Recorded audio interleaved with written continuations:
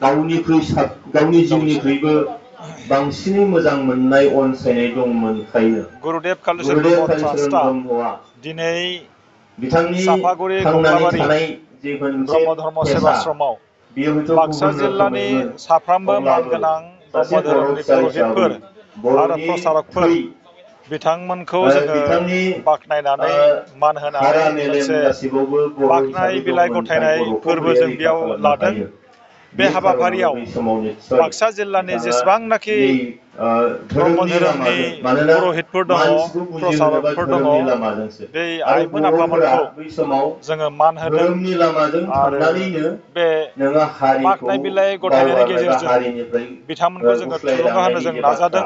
बेखौ सिन्था बिथांमोना जोंनि बिफा खालामदोंमोनखाय महर जोंनि धोरोमखौनो बिफाखौ जोङो गुबै दिनै खालामनानै बिथाङा बे सार्टिफिकेट होनानै खामानिखौ जोङो मावदोंमोन आरो मान होदों। बिथांनि बे दा नाजानायनि गेजेरजों जोङो निस्सय बुंनांगोन दिनै बर'फोरा नैबे नोङो हाबाफारियाव बाक्सा जिल्लानि गाव हारि खमैनो बा गाव धोरोमजों 500 सुबुंफ्रा बिथांमोना बेयाव बाहागो लाफैदों हमथानानै थानो हादों आरो बा खमैनो गाबथानानै थानो हादोंमोन। 100 गतिके गिदिर पुर'हितफ्रा बेयाव मोनसे सार्टिफिकेटखौ आजावफैनो हाबाफारिखौ हादों।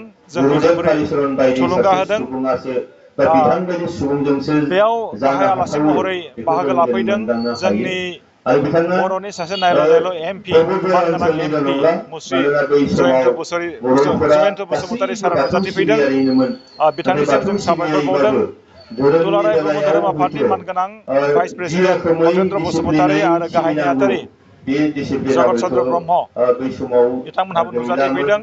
अजा जोङो बै दिनै अजाबा जाय अजाया जेरै नियम बारा गोबाव खालामो जायाखै बेनो जे 4 धोरोमनि बोसोरसोनि रिथि निथिबो जायो। सिगाङावल' बे खार'नाव हयथ' गुरुदेबनि जि आदर्श सुबुंफोरनि सोलिनाय मानाय आरो गुरुदेबनि बिसेसकरि जि मावलांनाय बेखौ जोङो निसाखौ सिगां खालामग्रोनानै गुवार खालामनायनि जिबायदि खाबु मोनसे जों मोनदों। जाथि दानायनि 4 धोरोम बोसोर सिबिनायनि 5 बाथ्रा बोसोरनि खालामो सिगां बेयाव जोंहा निस्सय बिबदिनो माखासे थाखा फैसा मानसिफ्रा मोनसे गैयामोन। अगालि हयथ' मोनदोंमोन गुरुदेबनि जानांगौ। बार्थडेखौ जोङो खुंनो बेनिखायनो हायामोन थाखा फैसा धोरोमखौ गैयैनि जाहोनाव। बास्लायनानै गुबैयै नाथाय जों बाव जों जोङो नाथाय बुंनांगोन रायखांजागोन जे माने इस्लाम जेब्लानाखि धोरोम प्रमद बर' लानानै सारा बिटिआरनि हारिखौ गाहाय मोनसे जादोंमोन जिबायदि बिथाङा गुरुदेब कालिचरण हाराव ब्रह्म ट्रास्टनो बे थांबाय बोसोरसेयाव थादोंमोन बेखौ 10 लाख जुदि रां खुनु अनसुंथाइ जोंनो हमथानाय होबोदों। गैयाजासे बादा दा होनाय बै रांजोंनो गैयाजासे जों दिनै मानसिफोरनि गुरुदेब साननायखौ कालिचरण मोनसे ब्रह्मनि दिंग्रायनाय होनो सान्थौखौ फेहेरनो हायाब्ला थाखाय निस्सय हारियानो दिल्लीयाव जोबस्रांनायनि मोनसे लामा श्रीमन्त जों शंकरदेब कलाक्षेत्रआव थागौमोन। बे बाथ्राखौ बड'लेण्ड बिथां इउनिभारसिटियाव बै आरो समावनो गुबुन हयथ' गुबुन जायगाफ्राव दिनैनि बायदि 18निफ्रायल' जोङो लेखा बार्थडे फरा खुंफुंनो हयथ' हादों। बिराद गोरों हयथ' बिथाङा बिथांनि नङामोन अननायावनो अब्लाबो बे बाथ्राखौ साननो प्रमद बर' हानाया सारनि अननायावनो दिनैनि थारिखआव बड'लेण्ड दिनैनि जोंनि जि इउनिभारसिटियाव थासारियाव जों गुरुदेब दङ कालिचरण ब्रह्मनि सिमांखौ मुसुखाखौ नुहुरनो हायै बायदि गायसननो मोनसे जोङो हयथ' हादों। बाथ्रामोन बे बियो जोंनि थाखाय जोबोरै आरो बिथांनि दैदेननायावनो थुलुंगाथाव आरो बर' हारिनि गोजोनथाव। जोङो राजखान्थि बिथिङावनो गुरुदेब होन कालिचरण ब्रह्म बा ट्रास्टआ हारिखौ गुरुदेबनि गोजोरै लाखिनायनि फिलसफिखौ बिथिङावनो होन फेहेरनो थाखाय ब्रिटिशनि आमोलाव फोथांनानै जिथु लाखिनो थाखाय साइमन कमिसनाव जोङो जि मोनसे जान्जिखाफ्रादों मेमरेन्डाम आरो हैनाय जोंनि खामानि आरो मावनाया मेमरेन्डामखौ जुदि नोङो लाइमोनफोरखौ नायो एम्पावार खालामनाय अब्ला नों बर' राव माने हारिमु थुनलाइखौ दिनैनि सिबिनाय सोरबा सोलोंथाइ बिराद फोथाराव गोजौ जोंनि मोनसे सोलोंथाइ लाइमोनफोरखौ जोङो लानायाबो बै गोहो गोरा बाथ्राखौ खालामनाय बैबायदि बायदि थासारियाव मैया जि बायदि थासारियाव रोखोमनि दंमोन बै हाबाफारिखौ समाव जोङो बे थासारियाव खुंबोगासिनो दङ सिन्था खालामनो हानांगौआ आरो लोगोसे माने कल्पनानि पलिउसन बायहायाव कन्ट्रल आरो बियो खालामनो थाखाय कल्पनानि जोङो बायहायाव मोनफ्रोमबो दा दिनै हाबाफारियाव बिफां बिथाङा गायनाय बे हाबाफारिखौ जोङो बाथ्राखौ लाबोगासिनो दङ। जों मावनो हादों दिनैबो आरो बे बेजों सिके दिनै जों आनसलिक ब्रह्म धर्म बर'फोरा सेभाश्रमाव दिनैनि थारिखआव माखासे नालेंखर जोङो बिफां जोङो गायदों। ट्राइबेल बेबायदिनो जोङो होननानै आरो जुदिअबा जोंनि हाबाफारियाव मोजाङै मोनफ्रोमबो दिनैनि हाबाफारियाव थारिखआव जुदि बिफां बिजिरनानै गायनाय नायोबा हाबाफारिखौ जोङो ट्राइबेल सोदोबनि लालांबाय थागोन। थार जायखिजाया गुबै सम ओंथियाव जायखिजाया बर'फ्रा बेसेबां अक्ट' खाब जायो बे जायखिजाया आलादा बाथ्रा थासारियाव जोङो खिन्थु बे बिफां गायनायखौ जोङो ट्राइबेल लालांबाय जिनिसा थागोन। जोंखौ दिनै आरो जिबायदि सेफगार्ड होनानै जों दिनै जोंनि गोमानाय गुरुदेब कालिचरण जिखिनि ब्रह्मनि थाखाय खामानि मावनो जोङो जारिमिनारि जोबोरै माखासे खाबु मोनसे बाथ्राफोर मोनदों। दङ बेखौ दिनै दा बे खाबुखौ उननि बुरखांफिननायाव समाव जों मोनबाय बा थागोन जों मिजिंथिदों। हारिखौ जोङो दिनैनि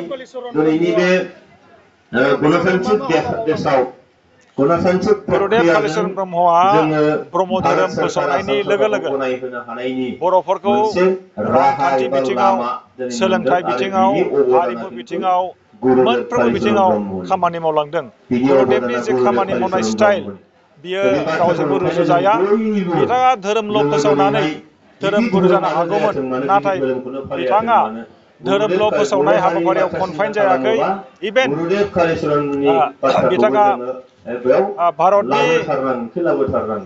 उदांस्रि बेखायनो सोमावसारनायाव बाहागो जोङो लाबोदों। दिनैहाय दा नोंथांमोना गुरुदेब कालिचरण जेब्लानाखि ब्रह्मनि भारतनि उदांस्रिनि थाखाय सोमावसारनाय सोलोंसा जादोंमोन हिसाबै बै आरो समाव बेयाव बिसेसकरि 1934आव धोरोमखौ महात्मा दैदेनग्रा गान्धीखौ रुपसियाव गुरुदेव कालिचरण ब्रह्मआ हांख्रायहरनानै बर'नि हारिमुखौ दिन्थिफुंदों। बै समाव गोग्लैसोनानै थानाय गामियारि ओनसोलफोरनि रायजो राजाफोरखौ सोलोंथाइनि बिथिङाव, रांखान्थिनि बिथिङाव, राजखान्थिनि बिथिङाव सांग्रां खालामनानै भारतनि उदांस्रि मुभमेन्टखौ गोहोगोरासिन खालामदों।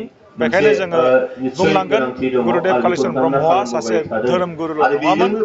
बिथाङा 1929 मायथाइयाव साइमन कमिसननो 14था आयदा थानाय मोनसे मेम'रेन्डाम गथायदों आरो बे मेम'रेन्डाम गथायनायानो जोंनि गोबाव बोसोरनि बर' समाजनि थाखाय मावनो लानाय माखासे एजेन्डाफोर बेयाव हाबनानै दङ।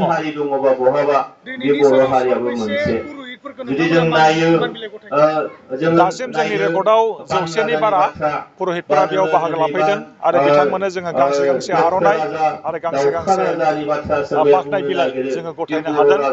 बे जोंखौबो थुलुंगा होदों।